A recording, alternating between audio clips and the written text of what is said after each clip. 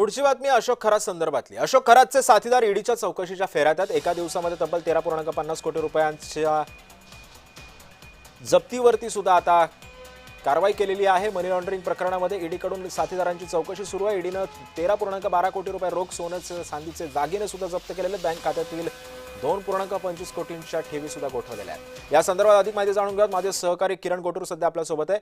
किरण, सोने चांदीचे दागिने सुद्धा आणि जवळपास ईडीने 13 कोटी 12 लाख रुपयांची मालमत्ता जप्त केलेली आहे। काय माहिती आहे?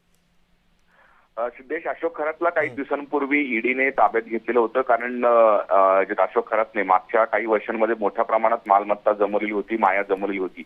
या सगळ्या प्रकरणी ईडीने एक गुन्हा दाखल केलेला होता, कारण अशोक खरातने मनी लॉन्ड्रिंग सुद्धा केल्याचा संशय आहे आणि त्याच अनुषंगाने हा गुन्हा दाखल झालेला होता। आणि त्यानंतर ईडीने नाशिकमधून अशोक खरातला ताब्यात घेतल्यानंतर आता जो आहे ईडीचा तपास हा अत्यंत वेगाने होताना आपल्याला बघायला मिळतोय।